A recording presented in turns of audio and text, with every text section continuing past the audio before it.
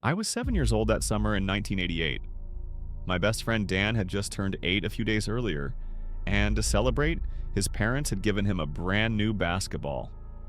That ball didn't leave our sight for days as we spent hours down at the local park, practically living at the court, even though we could barely launch the ball high enough to hit the rim. The court was tucked in the far back corner of the park, right next to a chain link fence in a side street, cut off from view by rolling hills that made the rest of the park feel miles away. It was a late morning, maybe 11 a.m., and hot enough for the pavement to radiate through our sneakers. We were just shooting around, laughing at our missed layups when a maroon Buick Regal from the late 70s rolled up near the fence. 3 guys stepped out. We didn't think much of it at first, as older guys would sometimes come and take over the court, but this felt different.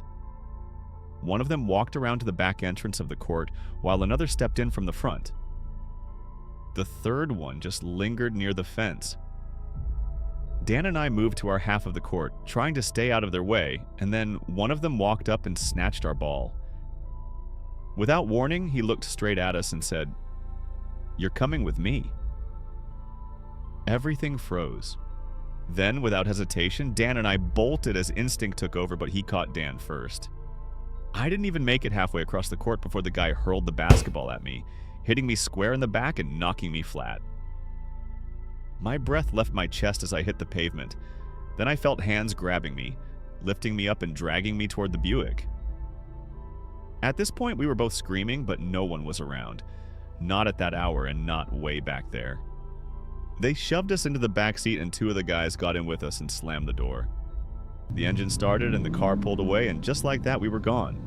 They drove us about 10 miles north past the city limits, and then another few miles down some old dirt road that felt like it led nowhere. Eventually, we pulled up to this 2-story house that was old, rotting, and forgotten.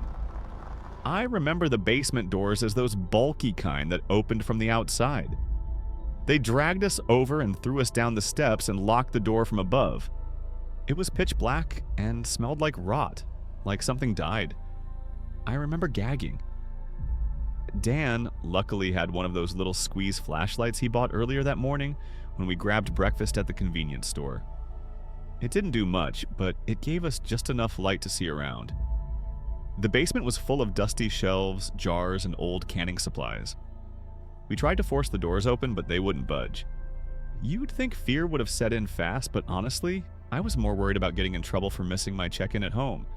I didn't fully grasp what was happening. Time dragged and hours passed.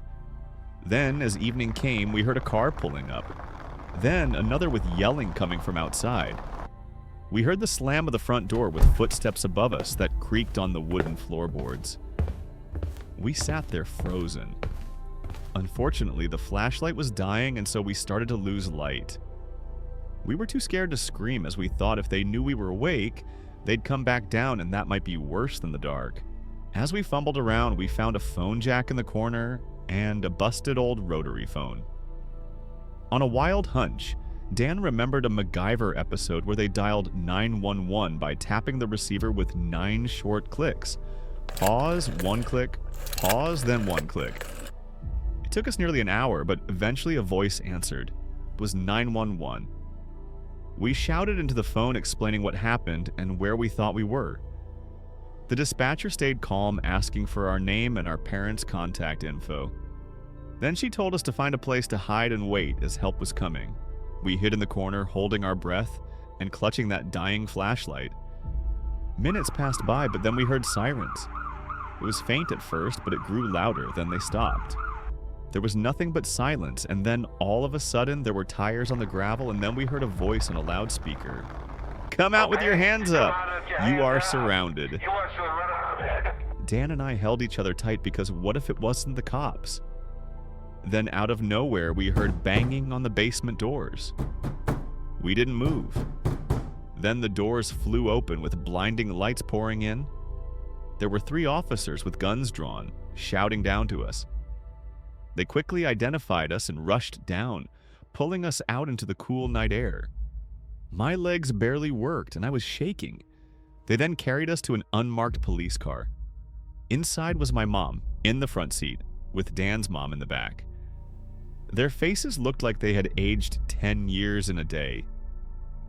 The next several months were a blur of courtroom visits, statements, and long, uncomfortable questions, as Dan and I had to testify a few times. The 3 men who kidnapped us were sentenced to 15 years in prison. The people living at the house, who apparently knew what was going on and said nothing, got 3 years for failing to report it. Looking back at it now as an adult, I realized just how close we came to something far worse. They never really said much to us. They were rough for sure, but nothing beyond that. Still, I couldn't shake that smell in the basement, as I've always wondered if we weren't the first ones they took there. At the time, I didn't understand how much danger we were in, and maybe that was a blessing. Dan and I went on to live pretty normal lives, but from that point on, we were never quite the same. Just a little more cautious and a little more aware. To this day, I've never been able to look at an old maroon Buick without my stomach turning.